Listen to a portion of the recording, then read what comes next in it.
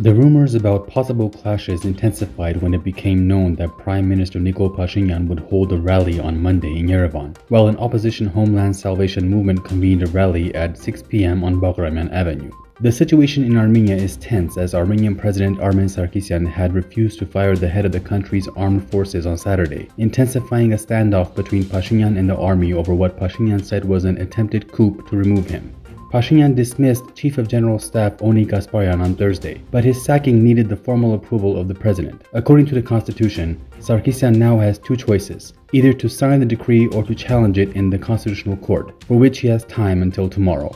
Following the latest developments, on Sunday afternoon, Nikol Pashinyan presented the agenda of his March 1st rally live on Facebook. Pashinyan did not hide that the march in memory of the victims of March 1st will actually be a demonstration of the people's support for his government. He also promised to address the question of whether the crime of March 1st, 2008 has been revealed or not. At least 10 people were killed in clashes between the police and protesters in 2008 following disputed elections. The current opposition described this step as an initiative of civil clashes, even leading to the new March 1st.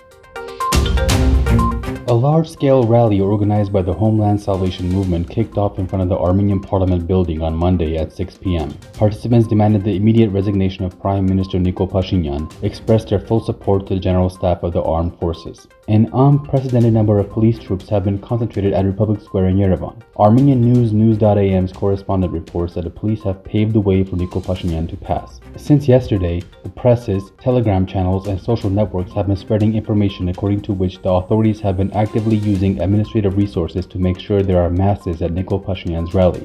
According to information, regional authorities were assigned to ensure maximum participation of the region's populations through village heads and school principals. During conversations with media outlets, citizens from provinces admitted that they had been brought in buses. Some protesters even noted that they had been taken to the buses to take part in the meeting in support of Pashinyan.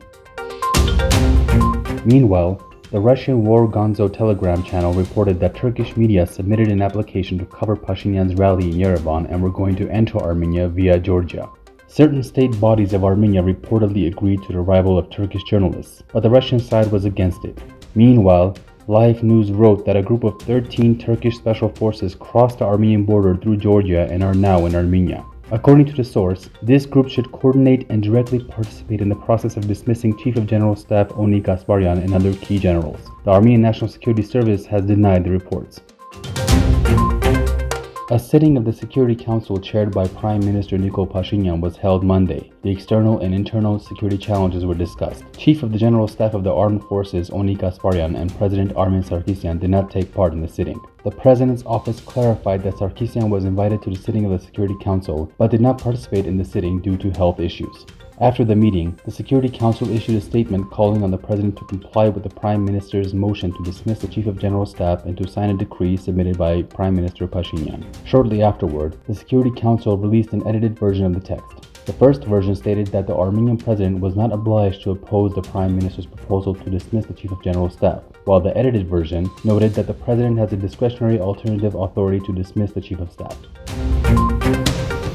Meanwhile, ruling My Step faction Member of Parliament Baghramyan has hinted that it is possible that their faction will initiate the process of ousting Armen Sarkissian on the grounds of gross violation of the Constitution. The opposition described Baghramyan's statement as a threat. By the way, a remarkable turn took place in the history of Russia-made Iskander, which caused all this internal political tension. Nikol Pashinyan, who questioned the efficiency of Iskander, changed his opinion after a phone talk with Vladimir Putin. According to his spokesman Mana Gevorkyan, the Prime Minister came to the conclusion that he had not been properly informed about the situation. There is no doubt about the fact that Russian weapons are among the best in the world, the spokesperson noted, quoting the Prime Minister. President Armen Sarkissian and Prime Minister Nikol Pashinyan met Monday. The sides met amid Sarkissian's health issues. The two also reflected on the political situation in the country. Other reports being disseminated are absolutely false in an attempt to further aggravate the already tense situation, the President's office added.